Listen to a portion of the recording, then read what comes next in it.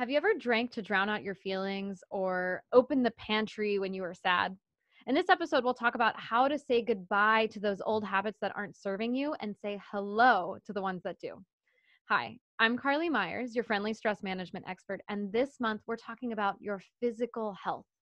And to do so, I brought on an amazing guest, Michelle, who is a speaker, a life coach, and she specializes in an amazing life in recovery, creating an amazing life in recovery, going from being an active alcoholic to a pro bodybuilder in just 3 years. Now, Michelle, I'd love it if you could tell us a little bit more about your company, maybe in a sentence or two. Yeah.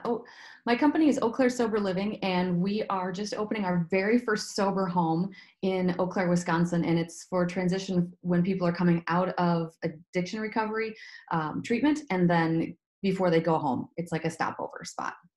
Love it. So incredible work. And I'm curious like how, I know, but I want everyone else to know, how did you end up here?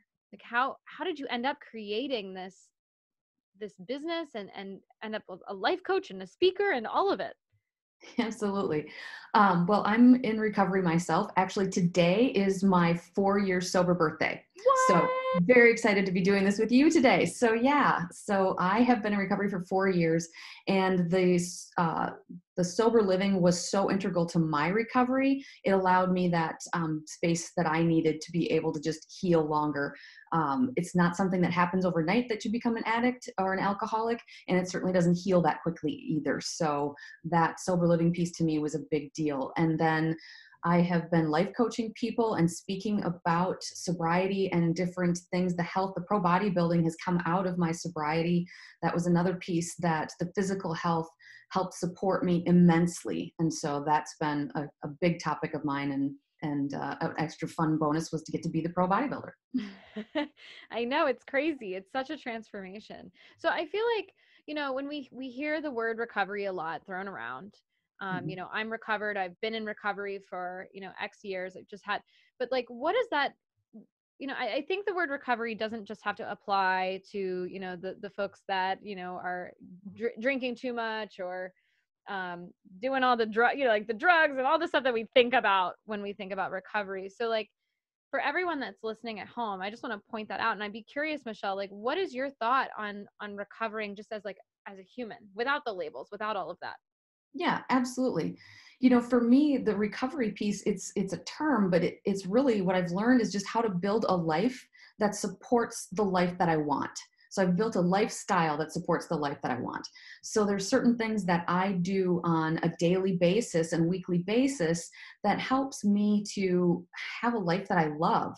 And part of those are, eating healthy, getting physical exercise, my spiritual connection, some meditation, connecting with others, and doing something with purpose, giving back in some way. So that's what I've learned out of recovery. And I think all of us try to escape reality and the stresses of life and everything. It's just a matter of what way are we choosing and how far are we taking it? Are we binging out on television? Are we in the pantry eating cookies and trying to, numb ourselves that way? Are we on social media? Are we shopping too much or spending too much? Or what ways? We all have an outlet that is a little unhealthy, and just making sure that that's staying in check. Or if it has gotten out of hand, how do I go get help, and how do we make those changes?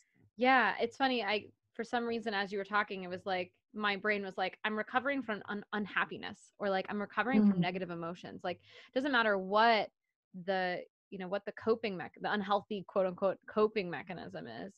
It's that recovery is all about just making like setting yourself up for success, finding that sense of contentment or that peace or that that's connection with yourself that maybe we've never had before, so that we can get rid of that stuff that we're not necessarily proud of, or that isn't serving us. absolutely, making room for those healthy things that do support the life that you want to have. And you're right, we are all, overcoming. Really, it's rebuilding, it's overcoming. There's ups and downs and highs and lows for all of us, and sometimes we're in a low little trajectory, and then it's like, all right, you got to get the momentum to climb back up to the next level, because nobody wants to stay in a place that's uncomfortable or unhappy. So yeah, building those things that keep you on that trajectory, that just keep you going upward and moving in a positive direction of growth and learning and healing and happiness. Okay, yeah. So it's funny. I'm thinking right now about how we're recording this, and the last time I was at the grocery store, the baking aisle was empty. Every time it's trash day, like there's the glass containers and all the recycling bins, and all of the things that we're going through, and just as we go through this collective trauma, if you will. And I'm curious, like, for someone who's like, you know what, I'm done with that. I don't want to eat my feelings anymore, or I don't want to go online and you know do a little retail therapy. I want to create better habits. What do you recommend? What are the steps that we can start taking, today? Yeah, absolutely. And and don't get me wrong, but through this, I have absolutely raided the pantry and been eating cookies and trying to jack my feelings up that way. And then again, it's like you go back and you go, I know how to do this, right? I have to start where I am. So right now I'm like 5 pounds heavier and it's all a cake belly right now. And it's like, I'm just going back. So the first thing is start where you are. Right where you are, just start doing something. So for somebody who's not doing anything, get out and walk for 20 minutes, get outside, get in the front fresh air, and just start. Just do something, because we think about it and we kind of hem and haw and think, oh, I should. Just go do it.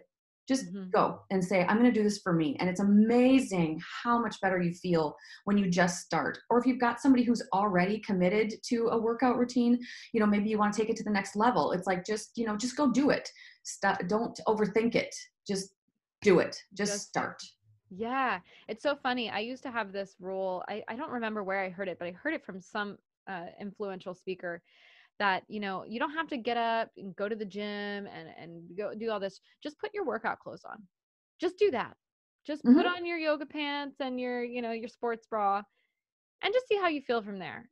And I use that tool, like, from meeting myself where I was at, where I was like, I didn't want to move my body. I didn't want to do that. And all I did was put on those clothes. And then I was like, well, I'm already in them. Maybe I should just go walk outside for a second, or I'm already Exactly. in them. Maybe I should just, stretch my arm, do something. And it got me, in the mindset, or like set me up for more success, to like kind of snowball, if you will. Absolutely. Just one little thing like that can make all the difference.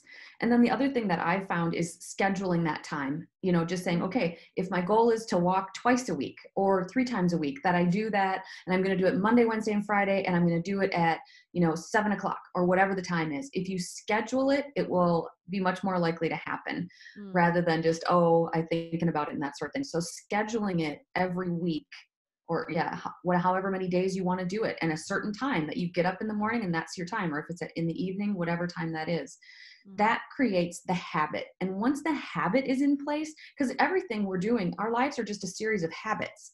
Yep. So I'm either in the habit of getting up and exercising or I'm not. Mm-hmm. And either way, that's a habit. So once I've created that habit of exercise, boy, now if I go a couple days without it, I am so cranky. And it's like, oof, I know I've got to get back to my schedule and start back where I am again. So Yeah. So it's, starting where you are, scheduling that time, though, creating that space for yourself, whatever the new habit is, and showing up, because once eventually those, I always like to call them like the muscles, right? Like our muscles for my muscle for cookie dough used to be much stronger. Thank goodness it's a little weaker now, you know, and then I'm growing another, another muscle over here, and whatever that new positive habit is. And so it's all about, where you put in the work. 100%. So absolutely. for those of you who are listening at home, we want to know what habits that you want to put into place, or what habits have you already put into place that you're excited about serving you, right? Things that are going to help you get to that life that you really want. Now, we also have some pretty big news for everybody who's listening, and this is that the Stress Less Space is back. Now, this is a self-love accountability group. So just like Michelle was talking about how we need to schedule that time in every week, this can be a really great opportunity for you to have that self-love and have that space for your self-care. What we do is we meet twice a month for an hour, and it's all about, what we do is we go around the room and we all share what we're going to do for the next 40 minutes. And then we do something crazy. We turn off our videos and we mute ourselves. It's all via Zoom. And then we go and we do it.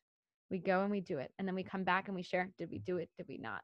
So the Stress Less Space is all about self-care accountability. If it's something that you're interested in, what you're going to want to do is you're going to want to visit stresslesscode.com/virtual stress less space. Of course, we'll share that link in the show notes. Now, this concludes this episode of the Stress Less Show. If you've enjoyed this week's episode, let us know by giving us a big old thumbs up and hitting that follow or subscribe button. Thanks for listening, and we'll see you next week.